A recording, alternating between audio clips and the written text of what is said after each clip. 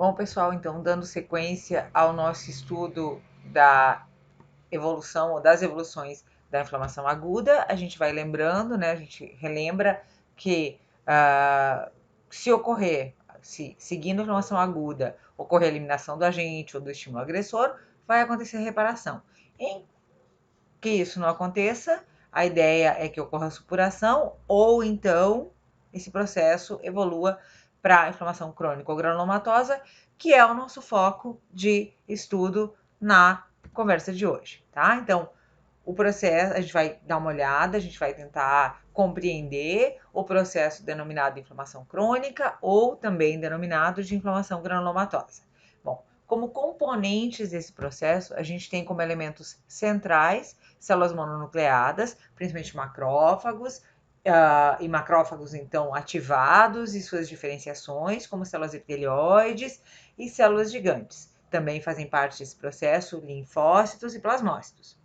Essas células vão fazer algumas dessas células vão fazer um processo de lise enzimática extracelular que vai dar origem à necrose gaseosa. Então, já diferenciando naquilo que a gente viu para o abscesso ou para a inflamação supurativa, lá a gente tinha como células principais os neutrófilos e o processo de necrose era necrose de liquefação, porque era induzido pelas enzimas daquelas células. Nesse caso aqui, os mononucleados vão gerar um ambiente onde vai ocorrer necrose gaseosa. E essa necrose gaseosa pode ser ou não acompanhada de calcificação distrófica. Também vai haver fibrose, aqui a fibrose até com uma importância maior, tá? Essa fibrose pode estar difusa em meio ao tecido, ou então constituindo de fato uma cápsula, à semelhança do que acontecia lá na supuração. E além disso, pode conter o agente. Aqui é importante frisar, né, ou é importante a gente parar um pouquinho para conversar sobre qual é o agente que induz uma inflamação crônica. O grande detalhe ou o grande determinante desse agente é o fato dele ser resistente à fagocitose. Então, pode ser desde bactérias resistentes à fagocitose, como o Mycobacterium, a que causa alguns micobactérios que causam, por exemplo, a tuberculose, tá? E a tuberculose é a lesão que mais caracteriza, que mais exemplifica a inflamação crônica ou granulomatosa, ou pode ser outras estruturas grandes, como por exemplo fungos, como por exemplo partículas inertes, como fio de sutura, alguma felpa, algum pedacinho de madeira, né, que entre nos tecidos, pó, látex, objetos inertes mesmo, ou então estruturas do próprio organismo que não são reconhecidas ou que deixam de ser reconhecidas como própria, caracterizando então processos imunomediados ou mais ainda processos autoimunes, tá? Então isso é bem importante a gente sempre pensar, ou quando a gente encontra uma inflamação crônica dita granulomatosa, a gente vai remeter isso a algum agente resistente à fagocitose, algum agente persistente. Esses são os agentes que causam a inflamação crônica. A diferença da supurativa, onde a gente tinha especialmente bactérias casuais, né, bactérias que podiam ser fagocitadas, destruídas com mais facilidade, tá? Bom, outra coisa bem importante da gente reforçar é que a inflamação crônica, ela é invariavelmente acompanhada por uma resposta imune específica. Então, diferente do que a gente viu até agora, onde a gente sempre tinha respostas imunes inespecíficas, né? Os processos, eles faziam parte daquele conjunto de respostas do sistema imune que não eram direcionados, para os quais não tinha uma maquinaria celular e molecular direcionada para aquele agente em especial. Aqui a gente já passa a ter um direcionamento para algum agente específico. Bom, Falando um pouquinho, então, sobre essas células que compõem a resposta inflamatória crônica, nessa evolução da inflamação aguda, a gente encontra os macrófagos, especialmente macrófagos ativados, tá? São macrófagos que morfologicamente eles não têm muita diferença do macrófago comum, mas em termos moleculares e em termos funcionais, eles são sim muito diferentes. E eles são ativados por quem? São ativados por citocinas dessas células células capacitadas pela resposta imune, ou células resultantes desse processo de resposta imune específica, tá? Bom, esses macrófagos ativados, eles podem se diferenciar, eles podem dar origem a outras células mais especializadas ainda, que são as células epitelioides. Esse termo epitelioide vem do fato delas terem sido reconhecidas inicialmente como células parecidas com células epiteliais, quando não se sabia ainda quem elas eram, por que elas estavam ali, de onde elas vinham, tá? Então, se usa esse sufixo oide, que significa parecido com. Então, células epitelioides, na verdade, são macrófagos especializados e macrófagos especializados em lise extracelular. Então, são macrófagos que liberam suas enzimas líticas, as quais vão então fazer a necrose, e aí no caso a gente já sabe, né? Necrose caseosa. Então aqui, só mostrando para vocês, percebam como são grandes células, com citoplasma amplo, um núcleo grande, vesiculoso, com nucleolo evidente, muito parecidas realmente com células epiteliais, tá? Aqui, mesma coisa, células epitelioides, às vezes elas se arranjam nessa formação que a gente chama de paliçada, e esses macrófagos especializados e as próprias células epitelioides podem fazer fusão de citoplasma, dando origem às ditas ou chamadas células gigantes inflamatórias. Tá? Então, são macrófagos que se juntam, se unem, geralmente em torno de algo a ser fagocitado e formam desde as células gigantes inflamatórias tipo corpo estranho, onde existe uma quantidade muito grande de núcleos, mas todos distribuídos distribuídos no centro dessa célula, tá? Ou então, quando os núcleos se distribuem na periferia dessa célula, se arranjam na periferia dessa célula, formando coroa, formando ferradura, formando às vezes esses agregados periféricos, a gente vai chamar essas células de Langhans. Tá? Então, células inflamatórias, células gigantes inflamatórias, tipo Langhans, elas são indicativas, não patognomônicas, mas indicativas de lesões causadas por agentes infecciosos. Elas são facilmente encontradas nas lesões de tuberculose, por exemplo. Então, aqui só mais um olhar sobre elas. Elas geralmente têm um elemento que está sendo fagocitado no interior desse citoplasma, seja um bacilo, seja um fungo, como é o caso aqui, seja uma gotícula de óleo, ou então, a tendência, como essa célula gigante a gente vê aqui, tentando lutar contra uma fibra vegetal que estava no pulmão de um equino. Existem diferentes tipos de células gigantes, então todas as células que são mononucleadas, elas são chamadas de células gigantes, então a gente precisa realmente diferenciar elas, por isso que a gente precisa chamar elas de células gigantes inflamatórias, tá? Para diferenciar das gigantes sinciciais, que são causadas por vírus, às vezes são células epiteliais causadas por vírus, como a gente vê lá na parvovirose, doença respiratória sincicial dos bovinos, para diferenciar das células gigantes tumorais, que também existem alguns tumores que são onde a presença das células multinucleadas é muito característica, tá? Então, é bem importante a gente sempre se referir a elas como células gigantes inflamatórias, tá? Aqui mais um olhar sobre algumas, tipo corpo estranho, tipo Langhans, e aqui células gigantes, né? Aqui tipo corpo estranho, justamente se reunindo, tentando lutar contra uma gotícula de óleo. Isso aqui é uma lesão induzida por uma vacina que tem um adjuvante oleoso, e as células gigantes, então, estão tentando fagocitar, tentando eliminar esse corpo estranho. Tá? Aqui a gente ainda tem células epitelioides, mas que já estão se fundindo, estão se reunindo para formar uma célula gigante que luta contra uma fibra vegetal. Tá? E aqui a briga é contra um cisto parasitário, não um cisto hidático, onde a gente percebe o cisto, uma camada de restos teciduais, restos necróticos, e uma camada de células inflamatórias. Células inflamatórias essas, então, células gigantes, macrófagos e células epitelioides. E aqui a cutícula do parasita. Tá? Então, percebam a ideia do tamanho dessa luta, né? Como elas realmente ocorrem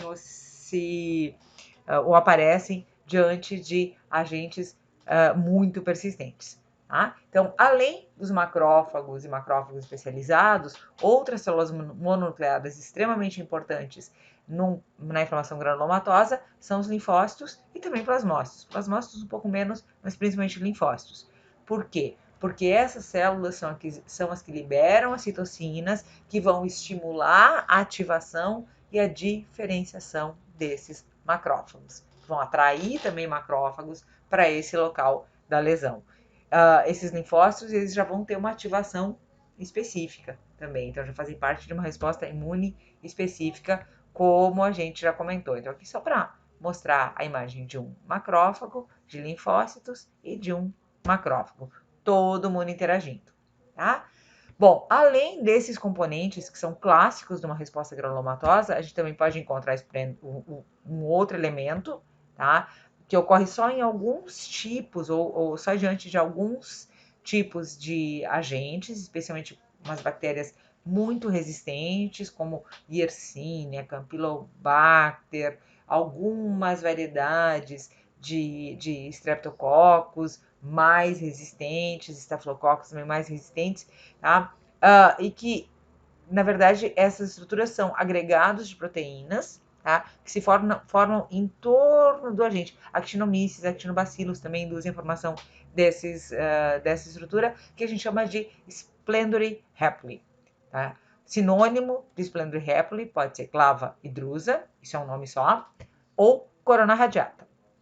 Tá? Então, são agregados proteicos, provavelmente de imunoglobulinas ou de enzimas liberado por essas células todas, desse coletivo de células, e que formam essas estruturas eosinofílicas no entorno do agente. Então, aqui a colônia bacteriana e aqui, vermelhinho, refringente, a gente encontra as clavas hidrusas. Mesma coisa aqui. Aqui é Yersiniose e Yersinia no intestino de búfalo. Todo esse arroxeado são as colônias bacterianas e em torno disso as formações de Splendori hapli, que nos ajudam então a pelo menos supor qual é o agente. Claro que o diagnóstico definitivo vai ser com a cultura, né? Mas aqui a gente já tem um direcionamento para o tipo de agente que está acometendo ou está cometendo esse animal ou causando essa lesão. Bom, aqui também a gente vai falar de padrões morfológicos da inflamação, dessa evolução da inflamação aguda, né? Da inflamação, ou seja, da inflamação crônica, como a gente falou lá na supuração. Então, aqui também a gente vai encontrar uma distribuição ou um formato de lesão com distribuição difusa, ou seja, esses elementos que a gente mencionou agora, eles vão estar dispersos no tecido, tá? E a gente vê aqui, então, no caso, uma dermatite, né, uma inflamação da pele, uma dermatite granulomatosa, onde a gente vê, então, uma pele que é acometida por inflamação granulomatosa. Por que essa superfície fica caracterizada por extremo espessamento, um pregueamento, porque ela justamente fica muito espessada, e ela fica irregular. Tá? Então, essa inflamação difusa, ela também é mais visível, é mais frequente em superfícies.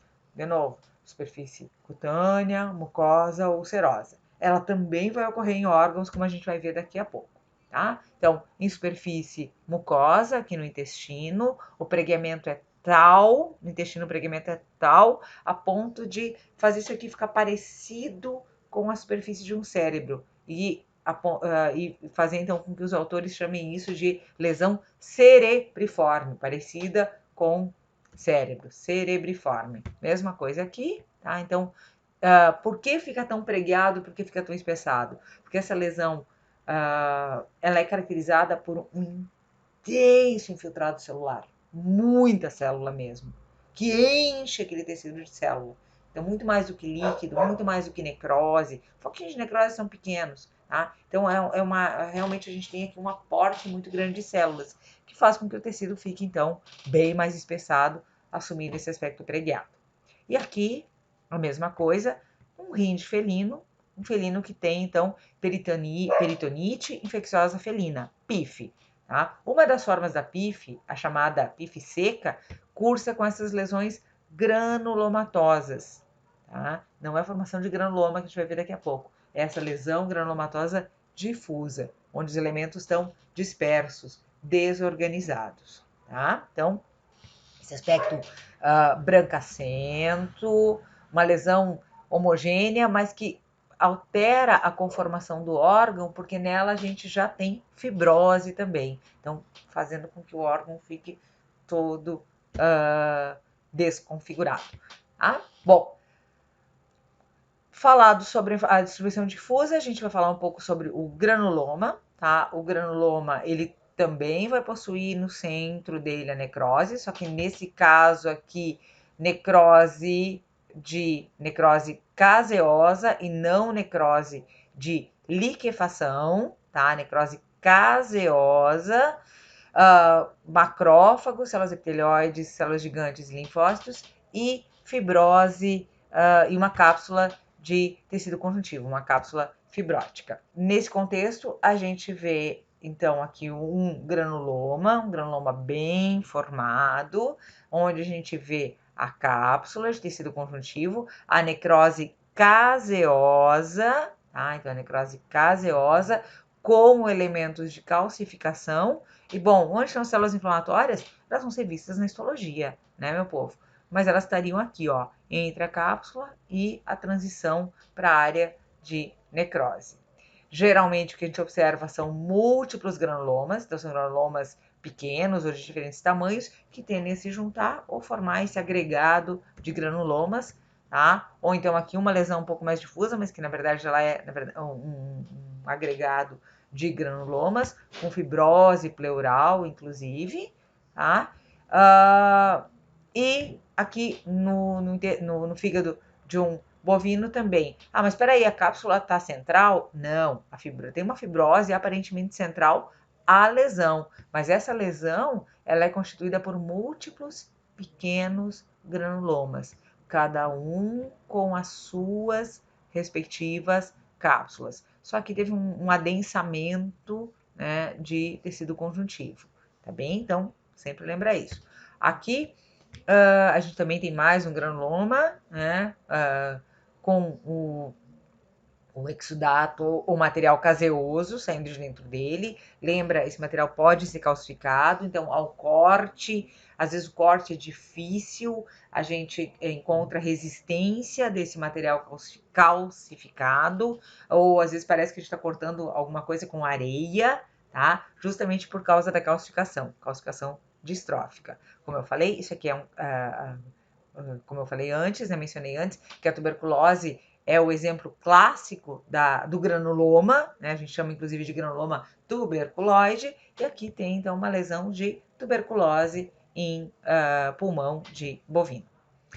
Na histologia, a gente vai observar então o centro necrótico, o centro de necrose caseosa, um colar ou um halo de macrófagos ativados, forma esse agregado de células mais claras. Aqui a gente encontra células epitelioides e células gigantes, e no entorno disso um agregado de células inflamatórias mistas, onde predominam linfócitos, macrófagos, alguns neutrófilos também podem fazer parte desse agregado celular. E em torno de tudo isso ainda, né, então que a gente repete, necrose caseosa, células inflamatórias, né, os macrófagos ativados, células gigantes, células epitelioides, o colar, o halo, onde a gente encontra mais linfócitos e outras células inflamatórias, e a fibrose delimitando, circundando toda essa lesão.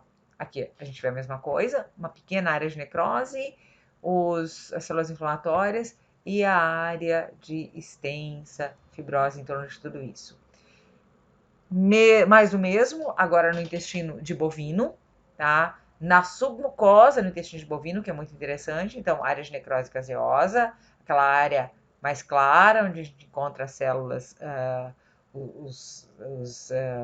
os macrófagos ativados, células epitelioides, uma lindíssima célula gigante aqui, tá? O halo, onde a gente vê um agregado maior de linfócitos, e em torno de tudo isso, fibrose. Aqui só um detalhe, tá? Que a gente percebe células gigantes, 2 células gigantes, e um pontilhadinho avermelhado no interior delas. Isso são Mycobacterium, tá? Esse pontilhado são diferentes Mycobacteriums que foram corados pela coloração para bacilos álcool ácido resistentes, né? O Mycobacterium é um deles, e essa coloração chama Ziel-Nielsen. Então a gente fecha um diagnóstico aqui com a histologia. Essa foto é de um artigo bem recente de 2021, que foi publicado pelo pessoal, pela equipe de patologia lá da URGS. Então, se quiserem, eu acho que vale a pena ler. Tem outras fotos muito bonitas de macro e detalhes da histologia e detalhes da epidemiologia também desse processo. Muito bacana. Então, mais granulomas. E aqui só mostrando, essa é uma foto mais antiga, isso aqui é um linfonodo que também apresenta múltiplos granulomas, linfonodo de bovino, é tuberculose, mas para mostrar para vocês a calcificação, tá? Que eu não tinha mostrado a imagem ainda. Ela é difícil da gente conseguir ter calcificação num bom corte histológico, porque ela é rígida, ela é firme, né? Então ela geralmente se quebra quando a gente vai cortar. Então aqui uma área de necrose caseosa quase que totalmente obliterada pela presença da calcificação, necrose caseosa e um pouquinho de cálcio, e aqui células gigantes, né? O nosso filtro inflamatório, e uma cápsula de tecido conjuntivo circundando tudo isso. Com isso, a gente deu uma breve olhada sobre o nosso esse processo, essa forma de evolução da inflamação aguda, que é a inflamação crônica, né? E eu já deixo o convite para que vocês assistam ou que busquem o nosso próximo conteúdo, que são os tipos de exudato. Certo, gente? Até lá, então.